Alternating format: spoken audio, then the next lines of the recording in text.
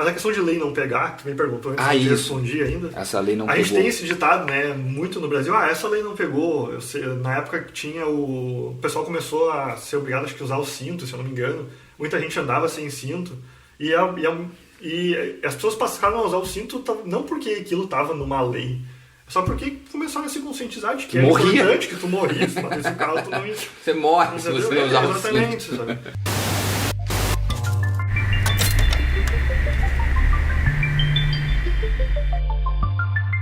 É aí então que o Hayek pode trazer aquela frase: a função da lei é proteger a liberdade e a propriedade, e não substituí-la. Exatamente.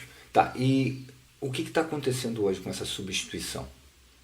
O que nós estamos hoje sofrendo na mão, de repente, de políticos, principalmente na casa legislativa, que é onde produz as leis? Sim. Né? Será que a nossa casa legislativa, em vez de produzir mais leis, deveria se calar um pouco mais ou evitar novas leis?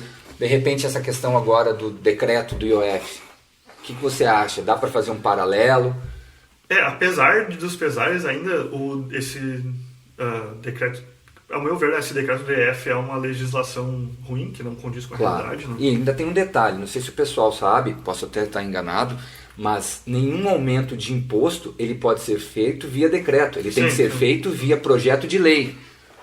E é muito engraçado porque nós temos hoje o governo indo ao STF, né, alegando que o governo, no caso o executivo, não pode mais governar. Na verdade ele pode governar, ele só tem que fazer o caminho correto. Ou seja, será que não existe também um pouco, em virtude de toda essa burocracia, essa coisa difícil, uma desinformação, e as pessoas acabam até comprando, não, mas o governo tem o direito de aumentar se está na Constituição. Não, está na Constituição, mas ele tem que ser via projeto de lei, e se eu não me engano tem até 90 dias.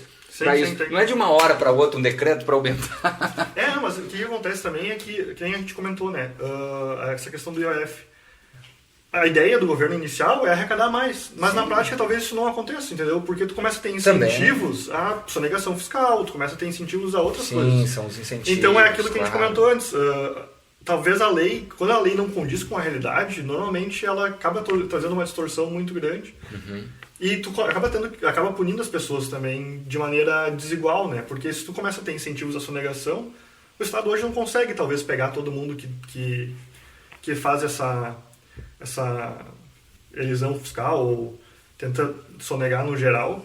Então, algumas pessoas são punidas, outras não. É bem complexo, sabe? É uma coisa que é meio... Quando uma lei não condiz com a realidade, ela acaba trazendo muitas distorções e prejudicando, às vezes, grupos minoritários. E quando é que ela beneficia grupos não minoritários? Porque, na verdade, assim, prejudica grupos minoritários. Mas também beneficia muitos grupos minoritários. Não, isso com certeza. Contra a maioria, né? A gente pode pegar exemplo de qualquer... O legislativo brasileiro hoje é um grupo minoritário que é beneficiado, ganha uns super salários, tem juízes e desembargadores que ganham muito mais do que o teto constitucional. Muito mais. E absurdamente mais, assim, então... Essa é um exemplo de... Onde regimentos viram leis. Exatamente. Isso é um exemplo muito bom de um grupo que está sendo beneficiado em detrimento de outros, porque todo mundo está pagando para as pessoas terem esse benefício. Sim, sim. Grupos também empresariais, né? A gente teve aí agora os campeões nacionais. Nós tivemos agora também um açougueiro que virou agora distribuidor de energia elétrica e teve um baita de um benefício com base num decreto de lei também. Não é? Onde ele teve autorização para colocar bilhões na conta para as pessoas pagarem de uma empresa que já tinha uma dívida que ele comprou. Né? A gente está falando dos irmãos Wesley e Batista, pessoal. Né? Exatamente. E, enfim, são pessoas de muito sucesso. Né? São empresários que começaram a sua vida lá com um pequeno açougue, mas tiveram uma grande explosão comercial e se tornaram talvez aí o maior distribuidor de carnes e agora estão indo para a área de estrutura. Né? Distribuição elétrica. E só para deixar esse adendo, quando a gente fala que uma lei ela pode prejudicar ou beneficiar um grupo minoritário, vamos lá para aquele ditado popular. Essa lei não pegou. Isso entra um pouco nos incentivos que você falou para a gente desrespeitar as leis. E quando uma lei é injusta, a gente deve desrespeitar?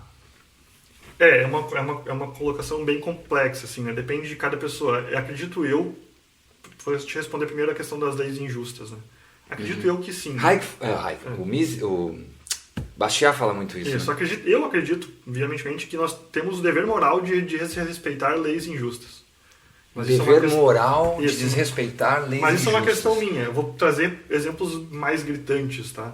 Tu já desrespeitou uma lei? Todo mundo já desrespeitou uma lei, eu acho. Às vezes até sem saber, né? Sem Porque saber, a regra... Só dando um parênteses, eu não sei se vocês têm noção de quantas leis foram criadas por dia no Brasil desde a Constituição de... Conta aí. Chuta aí. Quantas por leis? dia? Por dia. 200. 800. 800? É na média, aí, um pouco mais, um pouco menos. Mas 800 leis 800 por leis dia. Se tu for contar municípios, estado, Claro, federação, claro. Então, basicamente, é impossível de tu saber todas as leis. Então, é óbvio que alguém já desrespeitou alguma lei. Talvez a gente esteja desrespeitando uma lei agora. Sem saber. Nem sabe. Mas, independente disso, a questão de desrespeitar... Eu vou trazer um exemplo mais extremo, né? Na época da escravidão no Brasil já foi lei. Sim. Seria... Ao meu ver, a gente tinha o dever moral, as pessoas na época, eu não estava lá, tinham o dever moral de desrespeitar essa lei, entendeu? A segregação na Alemanha, na Segunda Guerra ali também, é uma lei que, ao meu ver, as pessoas tinham um dever moral de desrespeitar elas, apartheid. A gente tem inúmeros exemplos de coisas horríveis no mundo.